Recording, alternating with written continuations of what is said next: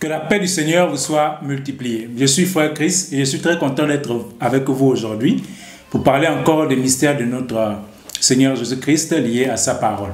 Que Dieu vous bénisse abondamment où que vous soyez dans le monde, parce que je sais qu'actuellement, tout le monde traverse des temps difficiles. Les temps difficiles dont a parlé Paul dans 2 Timothée chapitre 3, à partir du verset 1 jusqu'au verset 3, sont en plein accomplissement aujourd'hui. Nous vivons vraiment ce temps difficile et il est important pour nous de s'attacher au Seigneur et véritablement à sa parole, peu importe les difficultés par lesquelles nous passons actuellement. Que le Seigneur vous fortifie et vous bénisse abondamment. Alors, cette vidéo aujourd'hui est afin de répondre à une préoccupation qui nous a été souvent soumise. Ça concerne la question, vous êtes de quelle église? Parce que c'est la question qui nous est souvent posée. Vous êtes de quelle église?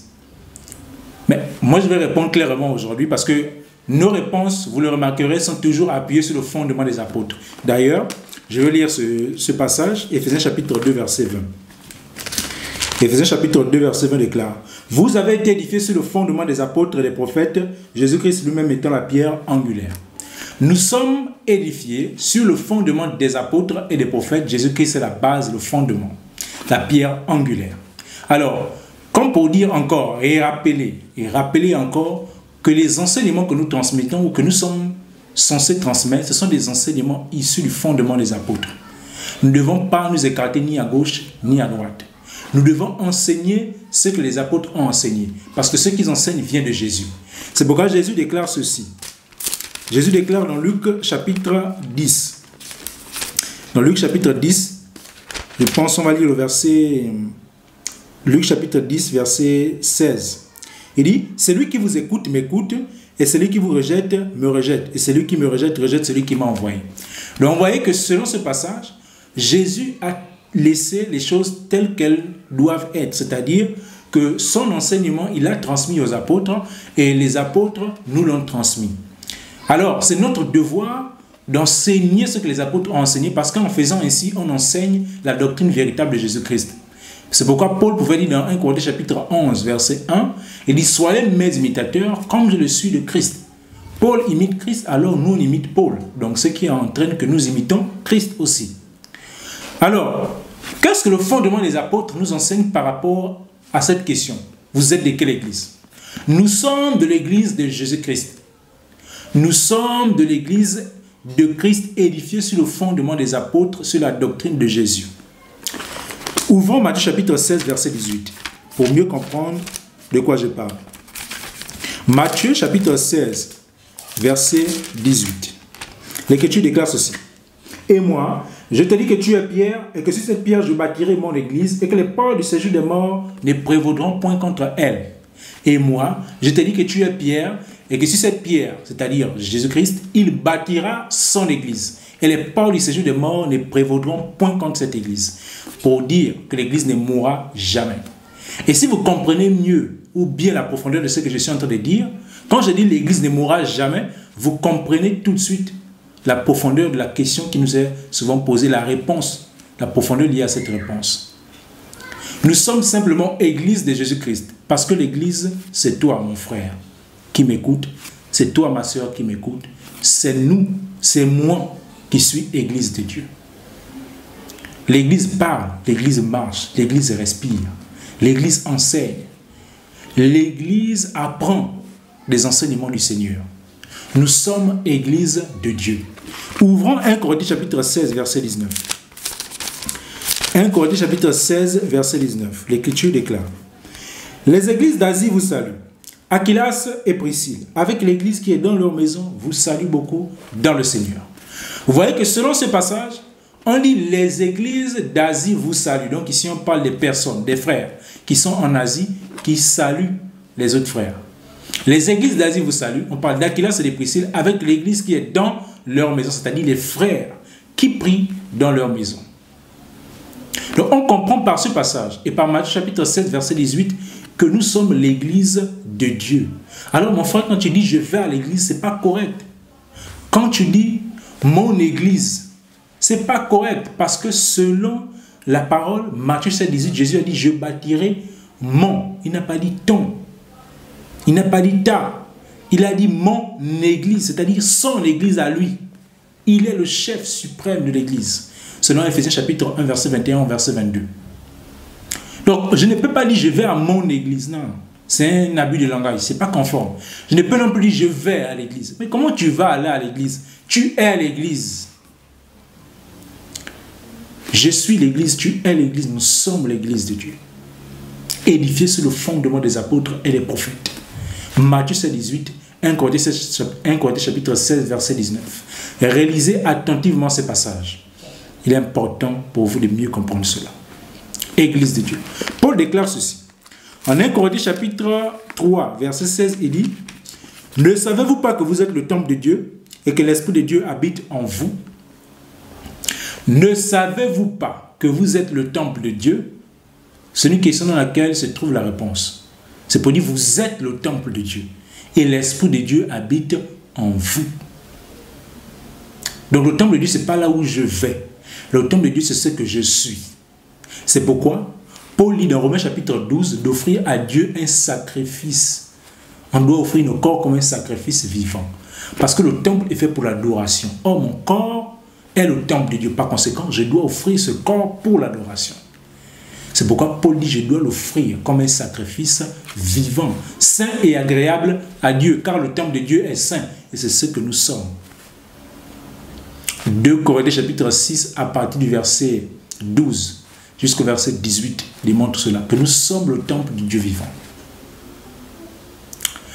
Important pour nous à comprendre, parce que quelques-uns disent, moi je suis catholique, moi je suis protestant, moi je suis baptiste, je suis pentecôtiste, je suis branhamiste, je suis cacouiste, je suis ceci, je suis cela. Nous ne sommes rien de cela selon la parole du Seigneur, nous sommes simplement église de Jésus-Christ. Si tu demandes à Pierre, mon frère Pierre, de quelle église es-tu? Il te dira, je suis de l'église de Jésus-Christ, de l'église précisément de Jérusalem. Oui, parce que selon la parole de Dieu, on situait les frères, c'est-à-dire les églises, par rapport au lieu où ils se trouvent, où ils se trouvaient. À ceux de Jérusalem, ce sont des églises de Jérusalem. À ceux d'Asie, église d'Asie, selon 1 Corinthiens chapitre 16, verset 19. À ceux de Thessalonique, église de Thessalonique. À ceux de Laodicée, église de Laodicée. Donc on situait l'église, c'est-à-dire les frères, par rapport au lieu où ils se trouvent, où ils se trouvaient. Nous sommes au Gabon, nous sommes église du Gabon. Voyez-vous? Donc, il est important pour nous de comprendre cela dès maintenant. Mon frère, quand tu marches, tu dois savoir que tu es église de Dieu. Quand tu parles du Seigneur, tu dois savoir que tu parles du Seigneur parce qu'il a fait de toi son église, c'est-à-dire sa maison d'habitation. Paul développe dans Timothée chapitre 3, verset 15, quelque chose d'important à comprendre. Et on va appuyer cela avec Hébreux chapitre 3, verset 6. Donc, 1 Timothée 3, verset 15, il déclare: mais afin que tu saches, si je tarde, comment il faut se conduire dans la maison de Dieu, qui est l'église de Dieu vivant, la colonne et l'appui de la vérité.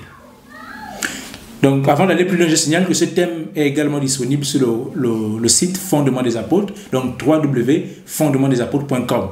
www.fondement-apôtres.com. Donc, www.fondementdesapôtres.com.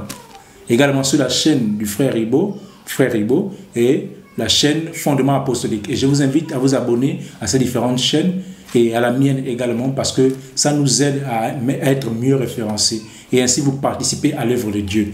Et nous vous invitons également à nous soutenir par vos dons selon votre prospérité, selon 1 Corinthiens chapitre 16 verset 1 et selon 2 Corinthiens chapitre 9 à partir du verset 6 jusqu'au verset 9. Que chacun donne comme il a résolu en son cœur, sans tristesse ni contrainte, car le Seigneur aime celui qui donne avec joie. Et selon Luc chapitre 8 verset 1, les femmes soutenaient Jésus-Christ par leur bien pour son ministère. Alors, ce n'est pas une mauvaise chose que l'on demande votre soutien pour ce travail que nous accomplissons dans le Seigneur, afin que l'évangile de Christ soit répandu par toute la terre, parce que beaucoup de gens aujourd'hui ont tordu le sens véritable de la parole de Dieu. Que Dieu vous bénisse abondamment. Donc, nous sommes l'église de Dieu, c'est ce que développe 1 Timothée chapitre 3, verset 15, je relis. Mais afin que tu saches, si je tarde, comment il faut se conduire dans la maison de Dieu, qui est l'église du Dieu vivant, l'appui et la colonne de la vérité. Donc, l'église du Dieu vivant est l'appui et la colonne de la vérité. Mais il est important de noter quelque chose. Il dit, afin que tu saches, si je tarde, comment il faut se conduire dans la maison de Dieu, qui est l'église de Dieu. Donc, il dit, la maison de Dieu est l'église de Dieu. Maintenant, comprenons, c'est quoi la maison de Dieu? Hébreux 3, 6. L'Écriture déclare. Mais Christ les confie sur sa maison et sa maison, c'est nous, mon frère. Tu es l'église de Dieu. Tu ne peux pas aller à l'église, tu es l'église de Dieu. Ton église, tu n'as pas d'église. Tu fais partie de l'église de Jésus, car il est le chef, selon Éphésiens chapitre 2, verset 21 au verset 22. Revenez et revenons au fondement des apôtres, à la doctrine véritable de Jésus-Christ. Maintenant, où se réunissaient les premiers chrétiens? Parce que quelques-uns m'ont dit aujourd'hui, mais si on ne bâtit pas les églises, parce qu'entendons par là un temple de prière. D'abord, lisons Actes chapitre 17, verset 24, pour comprendre ce que Paul dit par rapport au temple de prière. Actes 17, verset 24. Paul déclare, le Dieu qui a fait le monde, et tout ce qui s'y trouve, étant le Seigneur du ciel et de la terre, n'habite point dans les temples faits de mains d'hommes. On dit, n'est point servi par les mains humaines. Qu'est-ce que ça veut dire? Ça veut dire que ce n'est pas toi, c'est pas nous qui fabriquons l'adoration pour Dieu. C'est Dieu qui nous dicte son adoration. Ce n'est pas à nous d'inventer, c'est Dieu. Donc si Dieu a dit, tu ne bâtis pas des temples parce que tu es le temple, alors tu ne bâtis pas des temples. Maintenant, Ésaïe 66, verset 1 dit la même chose. Le ciel est le trône de Dieu, la terre son marchepied. Quelle maison voudriez-vous bâtir à Dieu? Quelle maison on veut bâtir à Dieu? Puisque nous sommes sa maison, selon Hébreux 3, verset 6. Maintenant, où est-ce qu'on se réunit avec les frères et sœurs pour partager le pain spirituel qui est la parole de Dieu? Selon Matthieu chapitre 4, verset 4. Parce que quelques-uns pourraient me poser la question. Pour cela, vous avez eu la réponse déjà dans 1 Corinthiens chapitre 16, verset 19, où on dit les églises d'Asie vous saluent, Aquilas et Priscille, avec l'église qui est dans leur maison. Donc les premiers chrétiens se réunissaient où? Dans les maisons des frères et des sœurs. Et dans Actes chapitre 12, verset 12, on montre que l'église était en train de prier dans la maison de la sœur Marie. Il est dit, après avoir réfléchi, il se dirigea vers la maison de Marie, mère des gens surnommée Marc, où beaucoup de personnes étaient réunies et priaient. Donc ces personnes priaient dans la maison de Marie, mère des gens surnommée Marc. Paul dit dans Actes chapitre 20, verset 20, « Vous savez que je n'ai rien caché de ce qui vous était utile, et que je n'ai pas craint de vous prêcher et de vous enseigner publiquement et dans les maisons. » Donc Paul enseignait publiquement et dans les maisons. Les gens diront, ils allaient au temple. Non, mais ils allaient au temple pour faire quoi? Et vous le dites bien, ils allaient au temple et non dans les temples. Parce qu'il n'y avait qu'un seul temple à cette époque-là à Jérusalem. Et ils allaient pourquoi? C'était pour emmener les Juifs qui étaient encore sous l'ancienne alliance à la nouvelle alliance, c'est-à-dire au sacrifice de Christ qu'il a accompli. Amener ces Juifs à croire en lui. C'est pourquoi ils allaient dans ces lieux-là. Parce que c'est là-bas où ils trouvaient ces hommes qui étaient encore attachés à l'ancienne adoration. Pour les ramener à la nouvelle adoration instituée par le sacrifice de Jésus. C'est pourquoi Jésus lui-même déclare à la femme samaritaine dans Jean 4, à partir du verset 19. Jean 4, à partir du verset 19, il dit, l'Écriture dit, le Seigneur lui dit, femme, dit à la femme, pardon, je vois que tu es prophète. Nos pères ont adoré sur cette montagne et vous vous dites, vous, que le lieu où il faut adorer est à Jérusalem. Donc à l'époque, ces femmes adoraient sur des montagnes et à Jérusalem. Donc l'adoration se faisait à Jérusalem. Femme, lui dit Jésus, crois-moi, l'heure vient où ce ne sera ni sur cette montagne ni à Jérusalem que vous adorerez le Père. Vous adorez ce que vous ne connaissez pas, nous adorons ce que nous connaissons, car le salut vient des Juifs. Le salut vient des Juifs, il faut noter cela. Pour ceux qui pensent que l'église catholique romaine est la première église, vous avez tout faux selon la parole de Dieu, car le salut vient des Juifs. Et selon Actes chapitre 1, verset 4 et le verset 8, l'église n'a pas commencé à Rome, ça commence à Jérusalem, dans la Judée, dans la Samarie et jusqu'aux extrémités de la terre. C'est ça l'ordre que le Seigneur avait institué, et non l'église catholique romaine. L'église n'a pas commencé à Rome, mais à Jérusalem, selon Actes chapitre 2, à partir du verset 1 jusqu'au verset 4, par l'effusion du Saint-Esprit, accomplissant ainsi Matthieu chapitre 16, verset 18, prophétisé d'avance par le Seigneur Jésus-Christ. Donc, on ne peut pas dire que l'église catholique romaine est la première église. C'est une fausse compréhension de la parole. Vous adorez ce que vous ne connaissez pas. Verset 23, mais l'heure vient, et elle est déjà venue, où les vrais adorateurs adoreront le Père en esprit et en vérité, car ce sont là les adorateurs que le Père demande. Donc le Seigneur dit clairement que l'adoration ne se fera plus à Jérusalem, mais en esprit et en vérité. Et c'est ce qu'on voit que les apôtres ont appliqué lors de leur ministère dans les actes des apôtres. L'église se réunissait dans les maisons des frères et sœurs selon Actes chapitre 12, verset 12, Actes chapitre 20, verset 20, Colossiens 4, verset 15, Philémon 1, verset 2, Romains chapitre 16, verset 5. Vérifiez ces passages, vous verrez que les premiers chrétiens se réunissaient dans les maisons des frères et des sœurs. Pour ceux qui disent qu'ils allaient dans les temples, ils allaient là-bas non pas pour être en accord avec les Juifs, mais pour leur enseigner le sacrifice de Jésus et leur inviter à ce sacrifice afin qu'ils croient et qu'ils soient justifiés par la foi et qu'ainsi il ait la capacité de pratiquer les bonnes œuvres préparées d'avance selon Éphésiens chapitre 2 verset 10. Que le Seigneur vous bénisse.